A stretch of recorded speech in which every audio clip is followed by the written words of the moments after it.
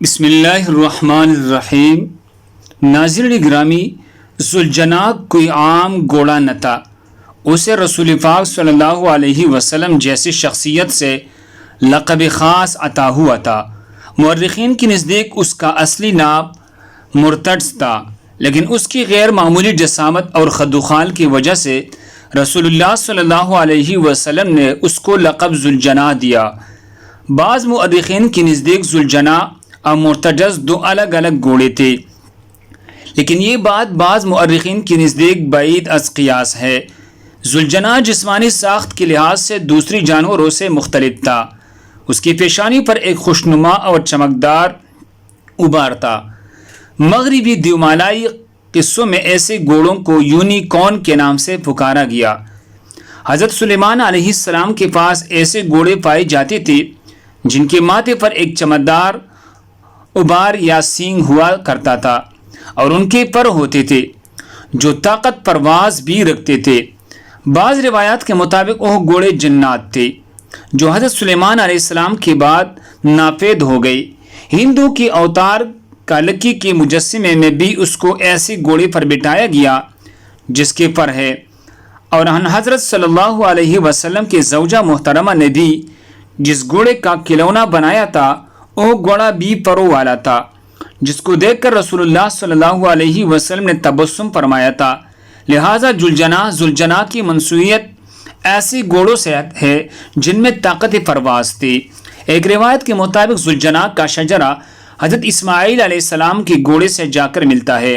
دوسری روایت ہے کہ حضرت ابراہیم علیہ السلام جس گھوڑے پر فلسطین سے مکہ آیا کرتے تھے اس گھوڑے کے نسل سے ہے۔ بعض کے نزدیک ذوالجناح بھی جنت کے سواریوں میں سے ایک سواری ہے۔ ایک روایت ہے کہ ذوالجناح کو رسول اللہ کی خدمت میں تحفے کے طور پر پیش کیا گیا۔ واقعی کے مطابق مصر کے علاقے اسکندریہ کے بادشاہ مقوقس نے رسول اکرم صلی اللہ علیہ وسلم کی خدمت میں ایک خاتون سودا بنت زمعہ کو اور ایک بے مثال گھوڑا روانہ کیا تھا۔ رسول اکرم صلی اللہ علیہ وسلم نے سودا بنت زمعہ کو عقد کے ذریعے داخل حرم کیا اور گھوڑے کی پرورش کے لیے حضرت علی شیر خدا کے سپرد کیا۔ یہاں یہ بات قابل ذکر ہے، ایک بادشاہ اپنے وقت کے سب سے بااثر شخصیت کو جو تحفہ پیش کر رہا ہے لازمی اس میں کوئی خاص بات ہوگی کہا جاتا ہے۔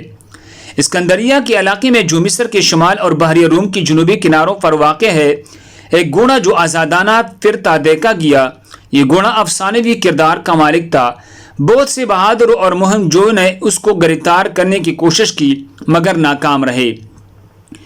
اس طرح اس گھوڑے کا قصہ زبان زعام ہو گیا۔ ایک طرح گھوڑے کا ذکر مافوق الفطرت داستان کے طور پر ہونے لگا۔ بادشاہ مقوقس نے رسول اللہ صلی اللہ علیہ وسلم کی خدمت میں بے مثال تحفے بھیجنے کی خاطر اپنے کارندوں کو اس گھوڑے کو پکڑنے کی خاطر روانہ کیا۔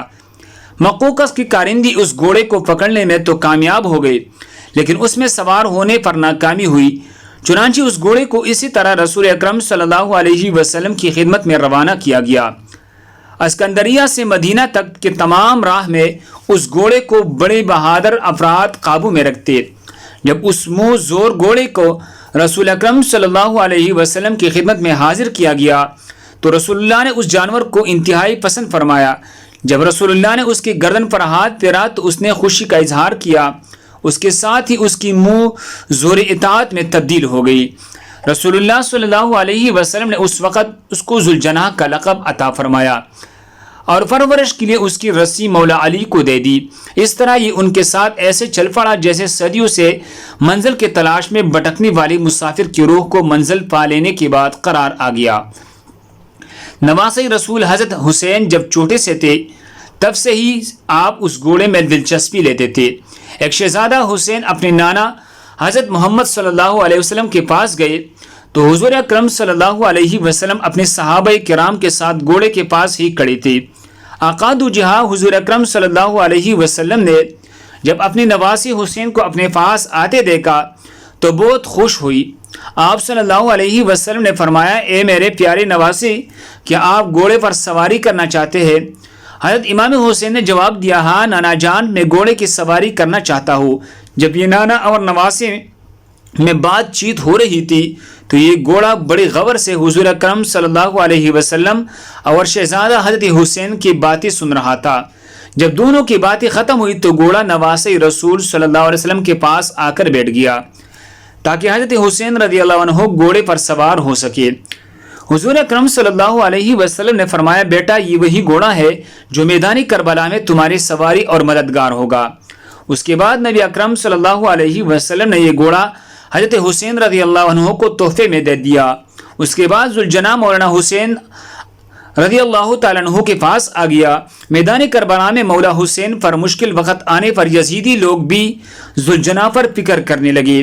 کربلا کے میدان میں ذوالجناح کو پانی پینے کا کافی بار موقع ملا، لیکن ذوالجناح نے پانی نہ پیا۔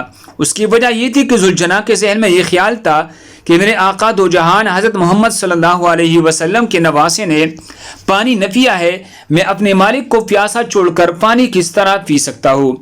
حضرت حسین جب میدان کربلا میں گھوڑے سے زمین پر گر گئی تو آپ رضی اللہ عنہ کا گھوڑا آپ رضی اللہ عنہ کی ارد گرد چکر لگانے لگا تاکہ کوئی تیر اس کے مالک حضرت حسین کو نہ لگ سکے۔ مولا حسین رضی اللہ تعالیٰ عنہ کی حفاظت کرتے ہوئے ذوالجناح کو اتنی تیر لگی کہ وہ بھی تیر لگی سے کافی زخمی ہو گیا۔ روایات میں آتا ہے مولا حسین رضی اللہ تعالیٰ عنہ کی گھوڑے نے 60 سے زیادہ یزیدوں کو قتل کر دیا تھا۔ جب بدبختوں نے حضرت حسین کو شہید کر دیا تو گھوڑے نے اپنی پیشانی حضرت حسین رضی اللہ تعالیٰ عنہ کے جسم کے ساتھ لگایا، پھر گھوڑے نے اپنے آپ کو حضرت حسین رضی اللہ تعالیٰ عنہ کی خون سے تر کیا اور اپنے اگلے پاؤں اٹھا کر زمین پر ایسی ماری کہ سارے میدان میں ایسی گونج اٹھی جس سے ساری یزیدی فوج گھوڑے کے طرف متوجہ ہوئی۔ جب سپہ سالار عمر بن سعد کی نظر گھوڑے پر پڑی تو اس کے دل میں فوری لالچ آ گیا کہ اس بہترین گھوڑے کو میں رکھوں گا۔ چنانچہ اس نے فوج کے ایک ٹکڑے کو حکم دیا کہ اس گھوڑے کو پکڑ کر میرے پاس لے آؤ۔ جب فوجی ذوالجناح کو پکڑنے کے لیے گیا تو گھوڑے نے بڑے زور زور سے زمین پر پاؤں مارنا شروع کر دی۔ یزیدی فوجیوں کو اپنے پاس نہ آنے گیا، وہ بھی گھوڑے کو چھوڑ کر بھاگ نکلی۔ یہ دیکھ کر عمر سعد نے کہا کہ گھوڑے کو اپنے حال پر ہی چھوڑ دیا جائے۔ پھر وہ گھوڑا حضرت امام حسین رضی اللہ تعالیٰ عنہ کے پاس آ کر آنسو بہانے لگا۔ حضرت امام بیہقی رحمہ اللہ سے روایت ہے کہ ایک شخص آپ کے پاس آیا اور آ کر کربلا میں موجود حضرت امام حسین کے گھوڑے کدھر گیا تھا؟ آپ نے فرمایا کہ ابن سعد گھوڑے کو اپنے ساتھ لے جانا چاہتا تھا کیونکہ اس گھوڑے پر حضور اکرم صلی اللہ علیہ وسلم نے سواری کی تھی، لیکن وہ گھوڑا حضرت حسین کے شہادت کے بعد کسی کا ہاتھ بھی نہیں لگا تھا۔ گھوڑے نے اپنے آپ کو نہر فرات کے حوالے کر دیا کیونکہ وہ ایسا گھوڑا تھا جس پر امام حسین کے بعد کوئی بھی سواری نہ کر سکتا تھا۔ زخموں سے چور آنکھوں میں آنسو لی گھوڑا نہر فرات میں گرا اور دیکھتی ہی دیکھتی ابن سعد کے سامنے سے گھوڑا غائب ہو گیا۔ اللہ ہم سب کو اس پر عمل کرنے کی توفیق عطا فرمائے۔